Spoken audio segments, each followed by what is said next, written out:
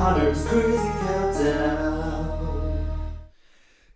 Hi everybody. It's been a while, so this might be just a temporary setup. This might be a main setup. I'm just trying some new things, trying to get better quality stuff, trying to make it better. I know this still looks like it was recorded on a piece of bread or something that looks really crummy. Well, I don't have very good camera or anything like that, but anyways, this is an episode of Connor's Crazy Countdown. So the last one I did was Christmas, so it's about time I did a new one, and my new one is sequels.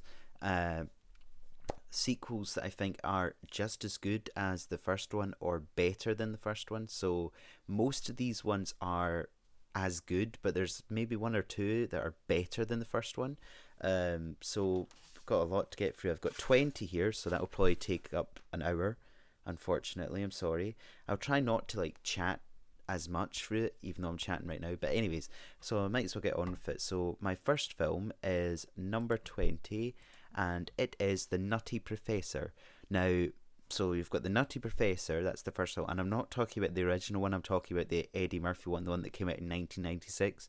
So I'm talking about The Nutty Professor and Nutty Professor 2, The Clumps. Now, I don't remember if I've seen the first Nutty Professor, like the original one, but this is the one I grew up on. This is the one that I saw a lot, and I mean, it's got a lot of weird, crude humour in it, and it's very strange at times. But you've got to give props to Eddie Murphy for playing, I think, about 7 characters. In the first one, he didn't really do it as much. In the second film, he really came to light with it. That's why I think that the second one is quite good in comparison to the first one. I think they're equally as good as each other. So the only thing about the second film that I found a little bit strange was that he had a new girlfriend. In the first one, I think it was who? Let me check. It was Jada Pickett Smith, right? In the second film, though, it was Janet Jackson. So from one family to the other one, basically, you have the Smiths and the Jacksons. All right, famous people and all that. Woohoo! But I can't remember why it was that Jada Pickett Smith left, but it must have been a reason. But the basics of the film is that the guy, the Nutty Professor, he's brilliant and he's obese scientist. He invents a miraculous weight loss solution after a date with a chemistry student, Carla Purty. So that's Jada Pickett Smith. Basically, he's an inventor that's invented a drug or something that can help him lose weight, and he loses weight, but it's his other characteristic, which is Eddie Murphy, but it also drains his intelligence at a point. That's the basis of the first film. The second film is that he's getting married. I think actually no, it's the second film where he loses his intelligence, maybe. Well, the Nutty I'm confusing myself. Well, the Nutty Professor, Buddy Love, right? That's his inner demon, basically. He becomes a real person in the second film. So that gives Eddie Murphy, Buddy Love, a whole new dynamic, basically. But the Nutty Professor and him by each other's side, it's pretty funny, pretty entertaining. It is quite an adult film. It's an adult film for being rude, not an adult film for being violent or anything like that. It's quite strange. I'm there! I'm there! Film number 19, and I say number 19, I'm talking about the whole film series. And before I go any further, I'll just say I'm not including any sequels that go over maybe 4. So although some films may have a 4th sequel coming out in the next 2 years, however, I'm counting them as 3. So my max is 3. I think there's maybe one film that I have four films for. That's a one-off, and there's some here that have more than one film, but I think the film series as a whole ended on the second film, so you'll get what I mean when I get to that point. But I'm not including big series like Fast and Furious, Harry Potter, Lord of the Rings, what do you call it, Star Wars. I'm not including any of that. That will be another list. And Lord of the Rings may have 3 films, but it also has The Hobbit. That's why I'm not including it. Anyways, back onto my list. So the next film, number 19, is Johnny English. Now, Johnny English, the third one, which was called Strikes Back, I only just saw that recently. It I would say it felt longer than the other two films, but I think for a sequel, it's still quite as good. Johnny English Reborn, that was brilliant. It had just as much humour, if not more, than the first film. And the first film, I saw it many, many, many years ago. Like, when did it come out? 2003. So I was in primary 3 when it came out. So I was around about 8 or 7 or something like that. And I do remember seeing it. I think I was on holiday at the time and I saw it, and I was like, I found it quite funny.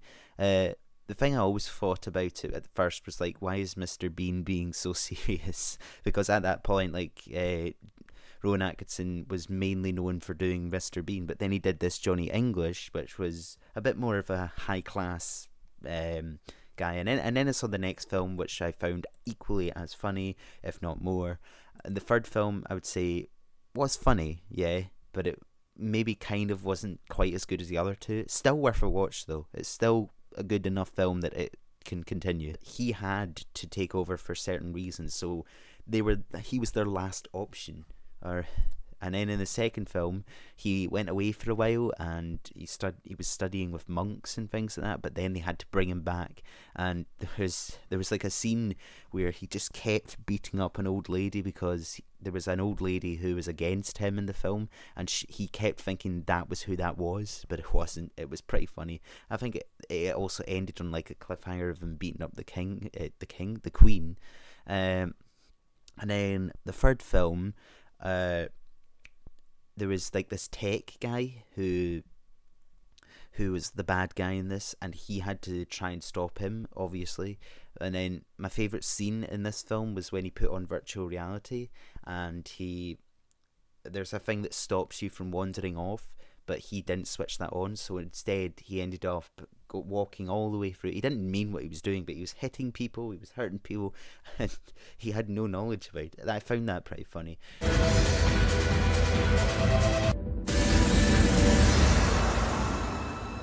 Yeah, so that's 2 films down, on to number 18. So number 18 is Night at the Museum, if you didn't know. Probably ruined it for you. So Night at the Museum 3 came out in 2014. And if you don't know who I'm talking about Robin Williams. So he died in 2014, yeah. So he died on the year that this film was released. I don't know if he'd recorded it the previous year, but the whole film series, Night at the Museum, is basically, it's got Ben Stiller playing a night guard at the museum, and in the first film he was not too happy about doing it. He did it, he was like, oh, it's a job, it's money, I just want to do it. And then everything came to life, and he had it at that point. He was like, I don't want to do this, I don't want to have to be dealing with like real life action stuff. And it was, wow, it was crazy. So the first film was like really exciting getting you into it. It also had what's his name, I've forgotten his name right now, the guy from Mary Poppins. Wait, it should be right here.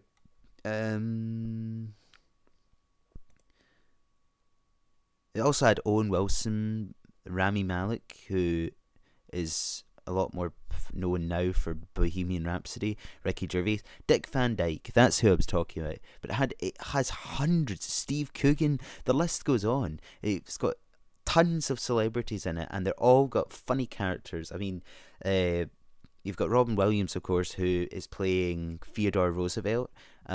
You've got Owen Wilson playing, is it like Billy the Kid or something? He's playing a cowboy. Oh, Jebediah Smith, not Billy the Kid. You got hundreds in this film, and the second film is just as good as well, because in the second film they go to the biggest museum I think in the world, or the Smithsonian.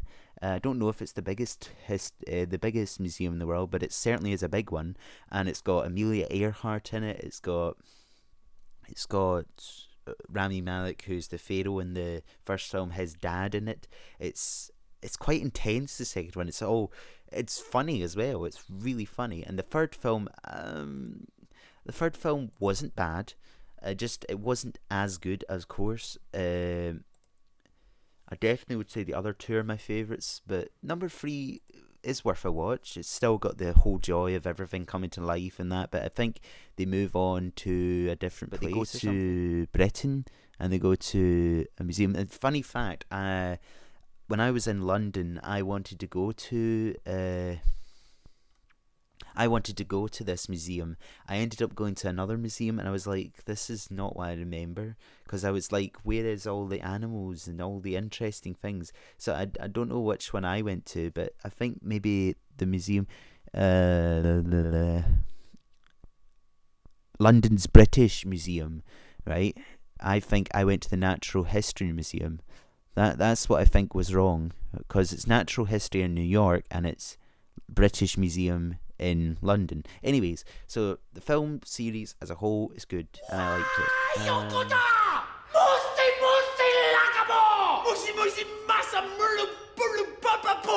On to the next one then. Now the next one, this is kind of one of those cheat films, because I said I was only doing ones that have 4 or whatever, but this, like I said, I'm counting ones that I think ended at a certain point. So I've never seen any of the other films, but there's like 6 or 7 of them or something like that. But I've never seen any of the other films after the second one of these films. And the films I'm talking about is An American Tale. So the first film has a young mouse, Fievel, who... him and his family are moving to America. Yeah, they start off in Russia and they move to America because there are no cats in America. It's served with cheese. The thing about this film is it has great songs. He also meets a cat on the way. Funny enough that they meet cats in America. Who would have thought that? But he meets a cat called... I've forgotten his name right now. He's played by the late, great Dom DeLuise, Tiger, yeah. So he's the nicest cat ever. He's really funny. And when they first meet, they just break out in song and they sing, "We're a duo. We're a duo,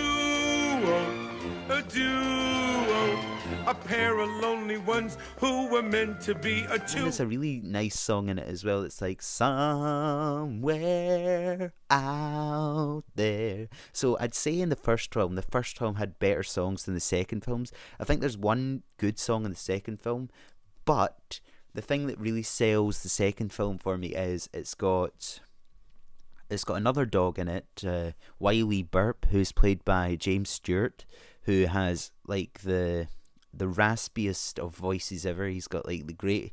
You think like there's certain characters in Disney. I think he plays a dog in 101 Dalmatians, but his voice, or it's a cat even, his voice is just so recognizable. You'd hear it, you'd know it.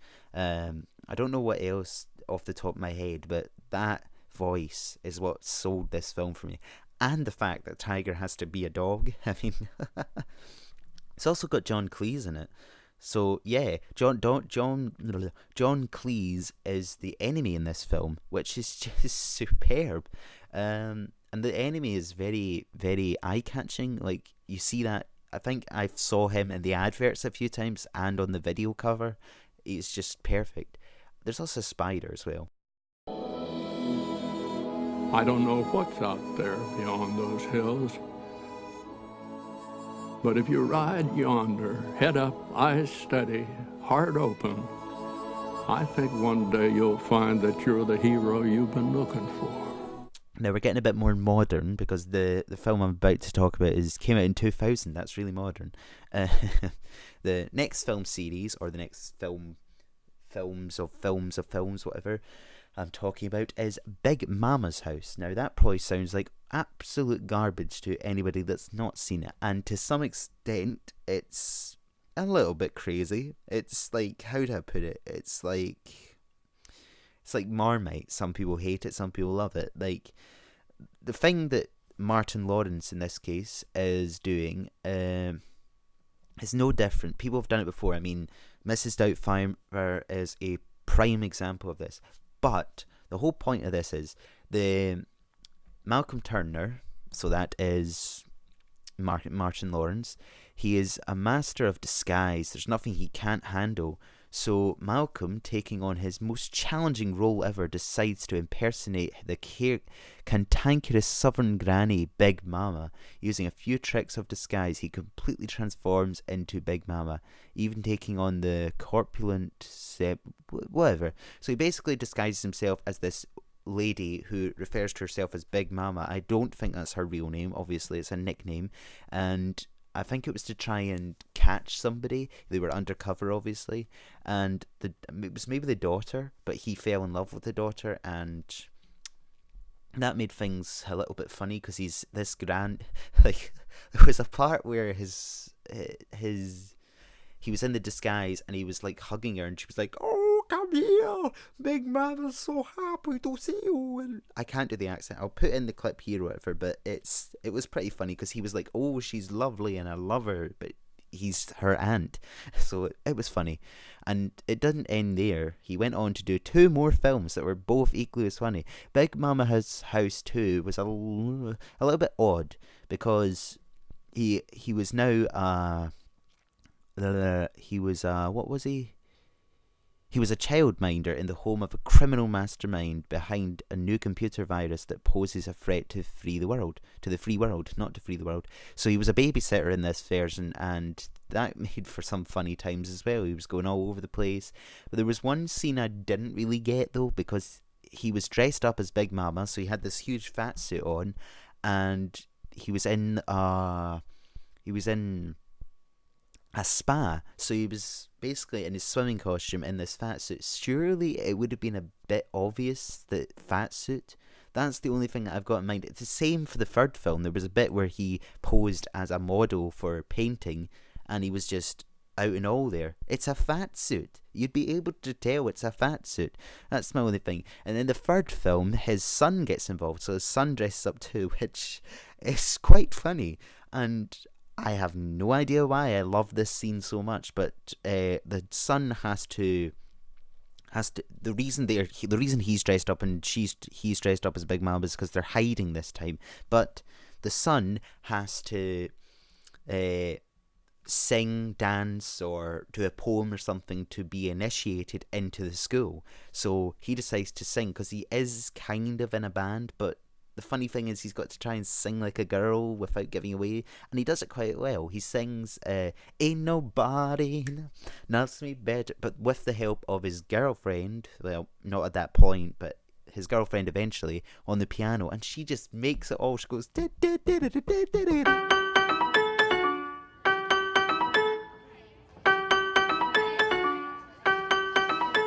wanna give it up, yeah, I'm cool with that.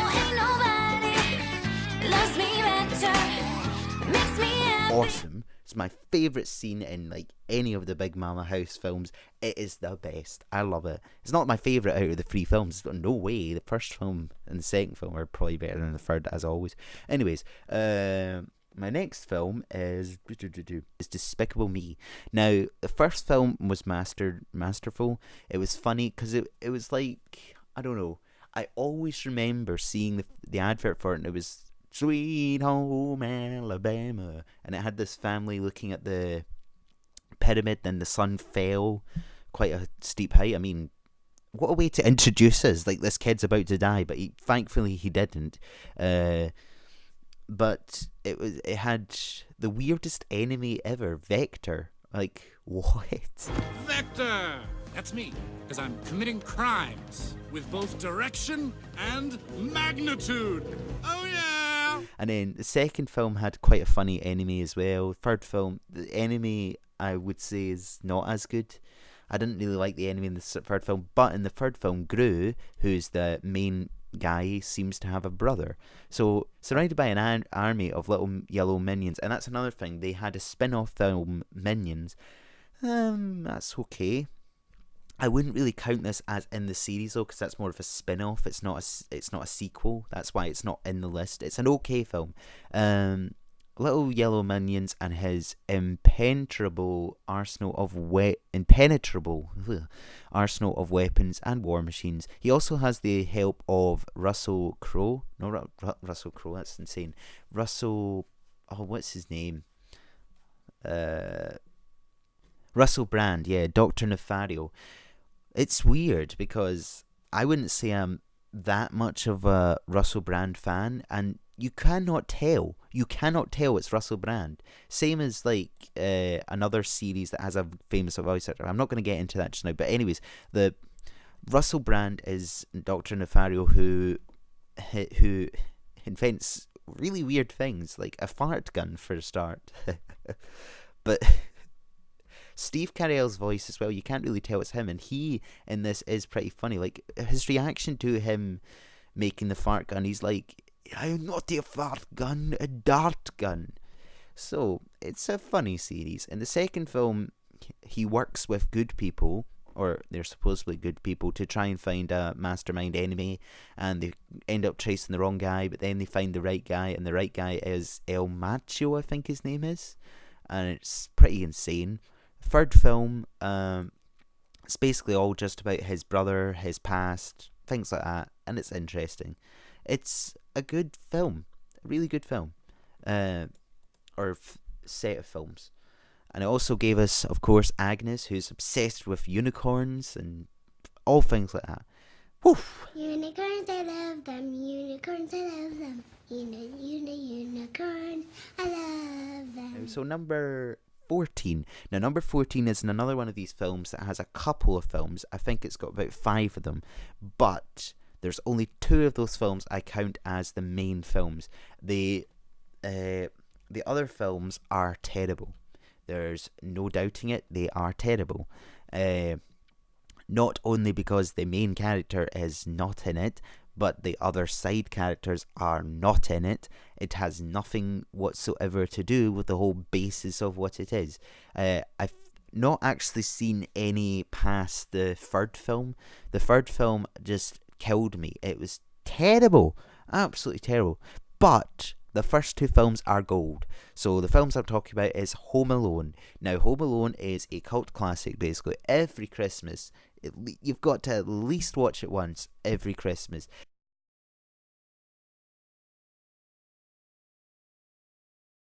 Our next set of films is number 13. Now, number 13 is a set of films that some people are not too fond of. I think they only like the first film and they're like, they should have stopped there.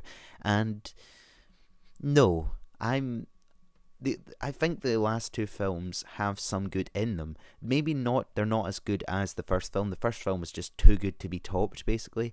But they are good. They are worth a watch, and I like them.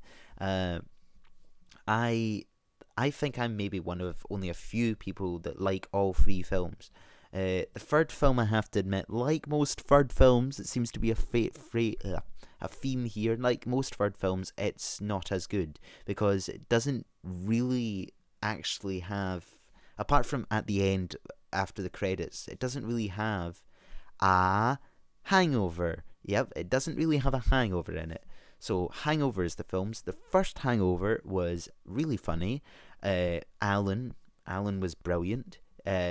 I've been compared to Alan before, which is not really a compliment I'm too happy about, because I have a bag, right? I have a bag with stuff that I need in it, and I carry it around with me, and then it's like, oh, it's my man bag or whatever, but it's a satchel. It's not a purse, it's a satchel, or no.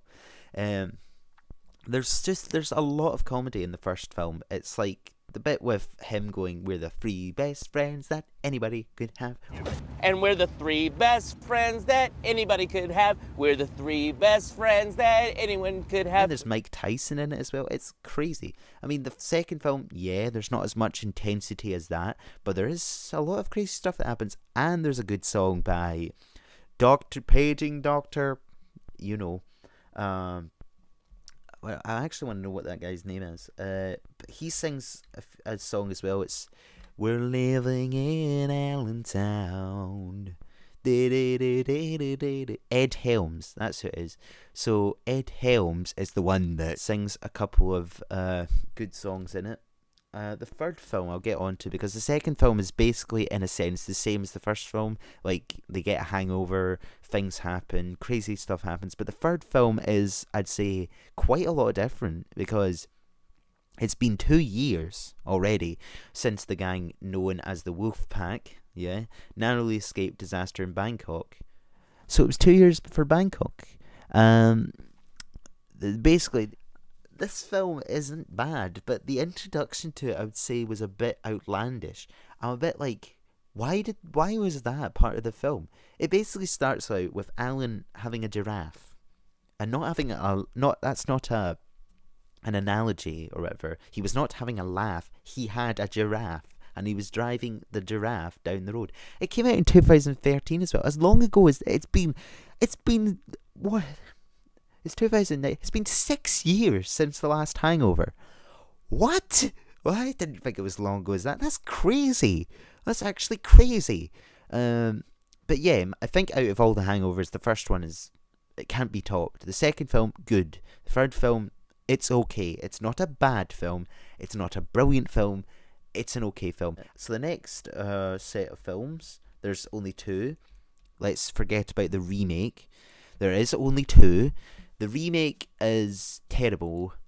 There's just no point in talking about it, really.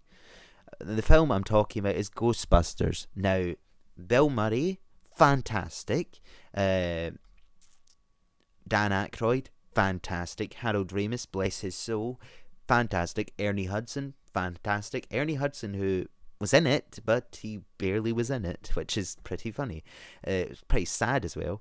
But basically, if you do not know what Ghostbusters is, I have no idea where you have been or whatever, but in the 80s, this was like one of the top films ever made. Basically, the title says it all. They are people that bust ghosts. So after the members of a team of scientists, the three people I just said, or the four people, even though no, Ernie Hudson wasn't a scientist, he was something else.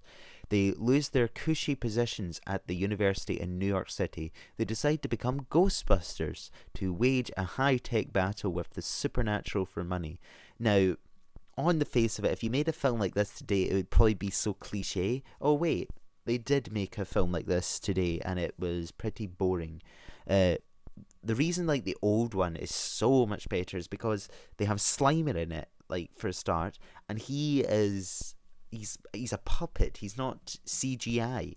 The second film I think used a bit more CGI, which was a bit They also had Rick Moranis in it, who's been in quite a few good films, and he's pretty funny.